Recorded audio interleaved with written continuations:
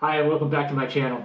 Ransomware is the biggest threat to a business. I don't know of any business that'd be able to continue operations without their data for more than a few days. Even though your data may have been moved to the cloud, you're still at risk, and it's your responsibility to protect the continuity of your business. Hi, I'm Steve Murphy. I'm a Vice President at ARG, and while I work for ARG, this video is my own and not necessarily a reflection of the views or opinions of my employer. Ransomware is becoming more and more prevalent. The bad guys are getting better at sidestepping preventive measures we put in place. It's an old adage, but one that applies to ransomware attacks. It's not a question of if, but when. Now, everyone needs to view their business as a target. Threat actors are not interested in disrupting your business because they dislike you or what you do. They want to cripple your business so you'll pay them to restore your ability to operate. Now, businesses of all shapes, sizes, and industries need to be aggressive in protecting their organization's ability to continue functioning. If you have a bank account, you are a target. The bad guys don't care what you do. I've assembled 5 steps to help you protect your organization from a ransomware event. At the end of the video, I'll share a non-IT best practice for you for when ransomware strikes your organization. So here we go with step number 1. Know what you have. This seems pretty basic, but it's astonishing how many organizations think they know what they have, but upon a complete inventory, they discover numerous network segments or cloud services that house data that were previously unknown. A recent study from Veritas claims that as much as 35% of data is unknown to the IT organization. Now, take the 35% with a grain of salt. Veritas is in the data protection business, so that number might be a little inflated. But if it were 20%, would you feel much better? I don't think I would. Threat actors seek out these forgotten pockets of data. That's where the vulnerabilities are most likely found. That's where network scanning is likely missing.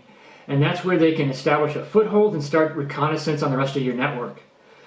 To inventory your data and infrastructure, you can either conduct an old school survey or utilize an automated scanner to search out and index your data.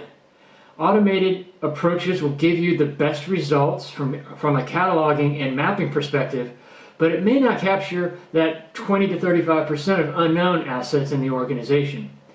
After the automated approach, examine the categorization and see if you can identify gaps, and use that data to create an old school survey to help you confirm that you have a good inventory. It may lead you to as yet undiscovered data. Tip number 2, automate detection. What's the worst way of detecting or discovering an incident on your network? Having a user come to you saying, my stuff isn't working anymore. That's the absolute last way you want to discover an incident. Yet for many mid-sized organizations, that's the only way they know that they're under attack. The best way to defend against a ransomware attack is to keep it out. That's a no-brainer. But the second best way of defending against a ransomware attack is to stop it early. Establishing tools to detect and shut down suspicious activity gets you playing offense rather than constantly playing defense. The traditional way of accomplishing this is to implement a security information and event management system, an SIEM, or it's pronounced SIM. The traditional SIMs are excellent at identifying known threats based upon IOCs, or indicators of compromise, and documented behavior patterns. The problem is today's threats change each time they're installed. So what's been documented about them in the past may not be present in today's version, leaving traditional signature-based detection at a disadvantage. The better SIMs have been upgraded with threat detection, using artificial intelligence and machine learning that scan the network for unusual behavior that might be signs of a threat.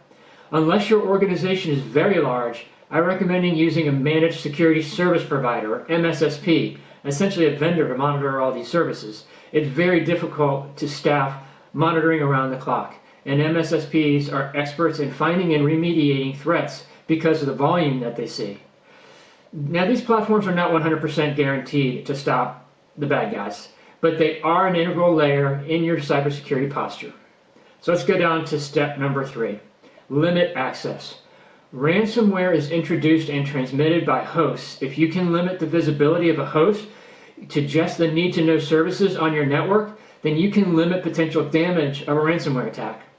Zero Trust has received a lot of buzz, and Zero Trust is a great solution, but it's hard and expensive to get a full Zero Trust posture. The next best thing is to isolate based upon personas or profiles the system and data that are available to a user. Make sure that you have limited permissions for your IT teams based upon need, and that those credentials are secured with multi-factor authentication.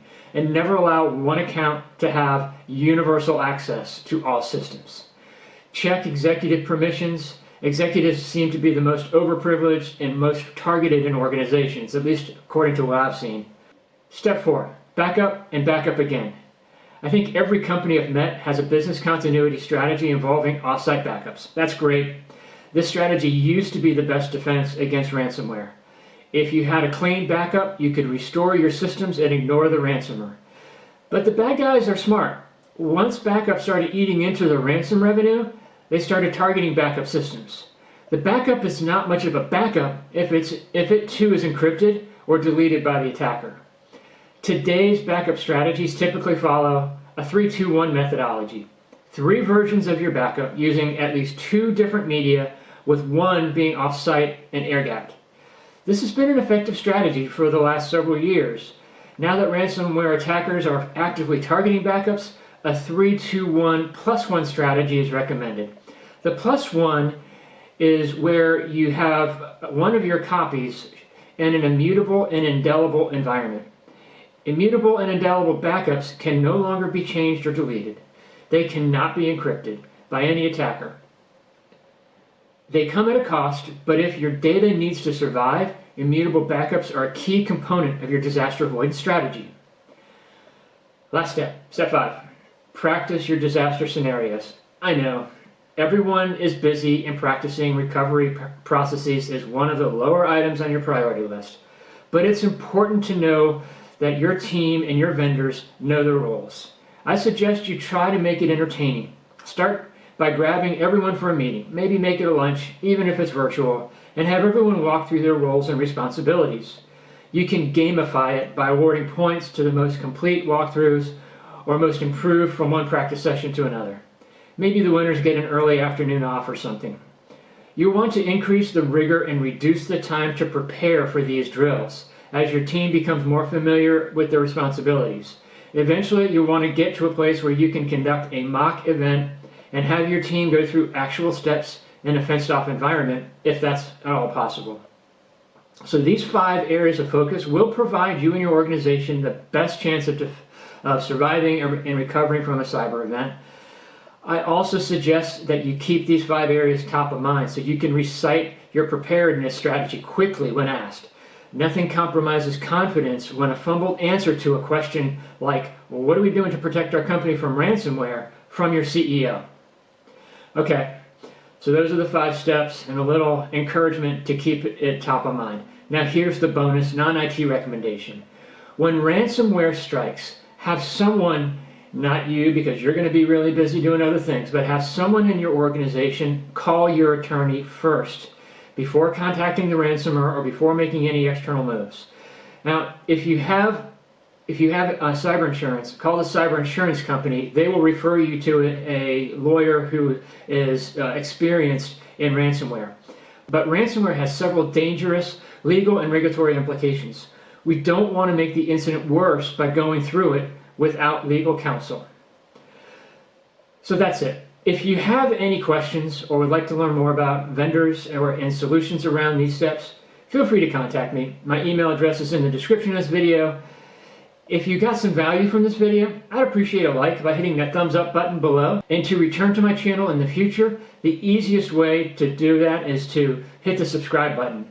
That will put my videos in your feed and you can come back at your convenience. Thanks very much for watching, and I hope you have a great day.